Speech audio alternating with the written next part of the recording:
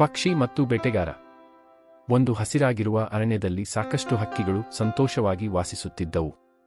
ಪ್ರತಿದಿನವೂ ಹಕ್ಕಿಗಳು ಹಾರುತ್ತಾ ಆಹಾರ ಹುಡುಕುತ್ತಾ ಸಮಯ ಕಳೆಯುತ್ತಿದ್ದವು. ಅವು ಒಂದಾಗಿ ಒಂದು ದೊಡ್ಡ ಮರದಲ್ಲಿ ರಾತ್ರಿ ವಿಶ್ರಾಂತಿ ಪಡೆಯುತ್ತಿದ್ದುದು ಸಂಪ್ರದಾಯವಾಗಿತ್ತು.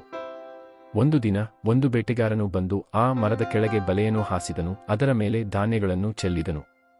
ಹಕ್ಕಿಗಳು ಧಾನ್ಯಗಳನ್ನು ನೋಡಿದಾಗ ಬಹಳ ಹಸಿವಿನಿಂದ ಬಂದು ಆಹಾರ ತಿನ್ನಲು ಕುಳಿತುಕೊಂಡವು.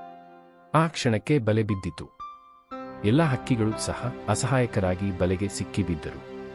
ಅವು ಏನು ಮಾಡಬೇಕು ಎಂದು ಯೋಚಿಸುತ್ತಿದ್ದಾಗ ಹಳೆಯ ಹಕ್ಕಿಯೋದು ಹೇಳಿತು, ನಾವು ಎಲ್ಲರೂ ಒಟ್ಟಾಗಿ ಹಾರಿದರೆ ಈ ಬಲೆಯನ್ನೇ ಎತ್ತಿಕೊಂಡು ಹೋಗಬಹುದು. ಎಲ್ಲ ಹಕ್ಕಿಗಳು ಒಪ್ಪಿಕೊಂಡು ಒಂದೇ ಸಮಯದಲ್ಲಿ ಹಾರಿದವು. ಎಲ್ಲರೂ ಒಟ್ಟಾಗಿ ಶಕ್ತಿಯನ್ನು ಹಾಕಿದ ಕಾರಣ ಬಲೆಯೂ ಸಹ ಏಕಕಾಲದಲ್ಲಿ ಹಾರಿತು. ಅವುಗಳೆಲ್ಲ ತಮ್ಮ ಬಲೆಯೊಂದಿಗೆ ಹಾರುತ್ತಾ ಹಕ್ಕಿ ಸ್ನೇಹಿತನಾದ ಗಿಳಿಯ ಬಳಿ ಹೋಗಿ ಬಲೆಯನ್ನು ಕಡಿದು ಬಿಡುಗಡೆ ಮಾಡಿಕೊಂಡವು. ಹಕ್ಕಿಗಳು ಸಂತೋಷದಿಂದ ಮತ್ತೆ ಆಕಾಶದಲ್ಲಿ ಹಾರಿದವು. ಈ ಕಥೆಯ ನೀತಿ ಏನೆಂದರೆ, ಒಗ್ಗಟ್ಟಿನಲ್ಲಿ ಬಲವಿದೆ.